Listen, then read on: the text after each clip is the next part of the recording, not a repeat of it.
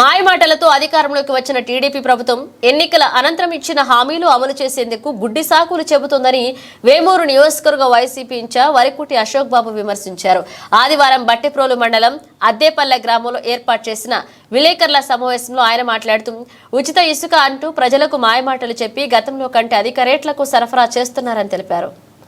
నాయకుడికి తెలియపరచండి, మేము అడగట్లా మీడియా మిత్రుల ద్వారా. ఎందుకంటే వాళ్ళు ఎన్ని రకాలుగా అబద్ధాలు చెప్తారు, ఎంత నీచానికి దిగజారుతారు, వాళ్ళకి ఏం కాదు. కాబట్టి పోయేది గ్రామాలలో ఉన్న తెలుగుదేశం నాయకులు, కార్యకర్తలు, అక్కడ ఉన్న రైతులే. కాబట్టి వాళ్ళు చేసే దుర్మార్గం చేస్తున్నారు. ఇది క్లియర్గా మీకు అర్థమైందో కాలేదో మరలా ఇంకొకసారి చెప్తున్నా, పేద వర్గాల దగ్గర దోచుకోవడం అనేది చట్టపరంగా మీరు చేస్తున్నారు. వాళ్ళని కొట్టి వాళ్ళ మీదే కేసులు పెడుతున్నారు, తప్పుడు కేసులన్నీ పెడుతున్నారు. ఇదే కానీ నేర్చుకుంటే రాబోయే 5 సంవత్సరాలలో 5 సంవత్సరాలు దాటిన తర్వాత ఇటువంటి దాడులకే మీరు గురిగా అవుతారు. మరి ఆ రోజున ఆస్తిపరులైనటువంటి మిమ్మల్ని దోచుకోవడం పేద వర్గాలు మొదలు పెడితే ఖచ్చితంగా మీరు గ్రామాలు ఖాళీ చేసిపోవాల్సి వస్తుంది. ఎన్ఆర్ఐలకి అందరికీ కూడా చెప్తున్నా, ఐటీ మిత్రులందరికీ కూడా చెప్తున్నా, తెలుగుదేశానికి సంబంధించినటువంటి వాళ్ళు మీ తల్లిదండ్రులు గ్రామాలలో ఉంటున్నారు, మీ బంధువులు గ్రామాల్లో ఉంటున్నారు.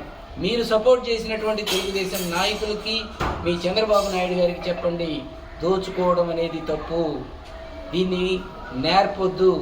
ఇది నేర్చుకుంటే ఖచ్చితంగా ఒకళ్ళనొకళ్ళు దోచుకునేటువంటి సంస్కృతి వస్తుంది. ఈ రోజున రాష్ట్ర ముఖ్యమంత్రి గారి మీద చట్టపరంగా దాని చర్యలు తీసుకుంటే ఐపీఎస్ ఆఫీసర్ల మీద ఆ రోజున వీళ్ళు చంపడానికి ప్రయత్నం చేశారని చెప్పేసి క్రిమినల్ కేసు పెట్టడం అనేది జగన్మోహన్ రెడ్డి గారి మీద, అప్పుడు ఉండేటువంటి ఐపీఎస్ ఆఫీసర్ల మీద పోలీసు వర్గాలు మీరైనా చెప్పాలి కదా. మీ అధికారుల మీద ఎప్పుడో జరుగుతూ ఉంటే ఈ రోజు మీరు చేస్తున్న దుర్మార్గపు చర్యల మీద మీరు ఎఫ్ఐఆర్ చేస్తే ప్రైవేట్ కేసులు ఉన్నాయి. మీరు ఎఫ్ఐఆర్ చేసి మా దగ్గర కాగితాలు తీసుకోకపోతే తప్పుడు కేసులు మా మీద పెడితే ఖచ్చితంగా పోలీస్ కంప్లైంట్ అథారిటీ ఉంది.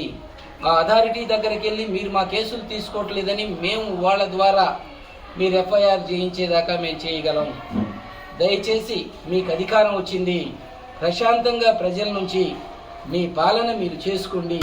మీ ఇసుక దోపిడీ మీరు ఎట్లా చేస్తున్నారు, మీరు మట్టి ఎలా దోచుకుంటున్నారు, గ్రామాల్లో ఉండేటువంటి చిన్న చిన్న ఉద్యోగుల్ని ఏ రకంగా చేస్తున్నారు, మీరు మందు మీద ఏం చెప్పారు, ఇసుక మీద ఏం చెప్పారు, అన్నీ మీరు ఎట్లా మీరు చెప్పేది ఏదో చేసేది ఏదో చేసుకోండి. అంతేగాని పేద వర్గాల మీద ఇటువంటి తప్పుడు కేసులు తప్పుడు విధానాలని ప్రజలకి నేర్పొద్దని చెప్పేసి చెప్తా ఉన్నాను.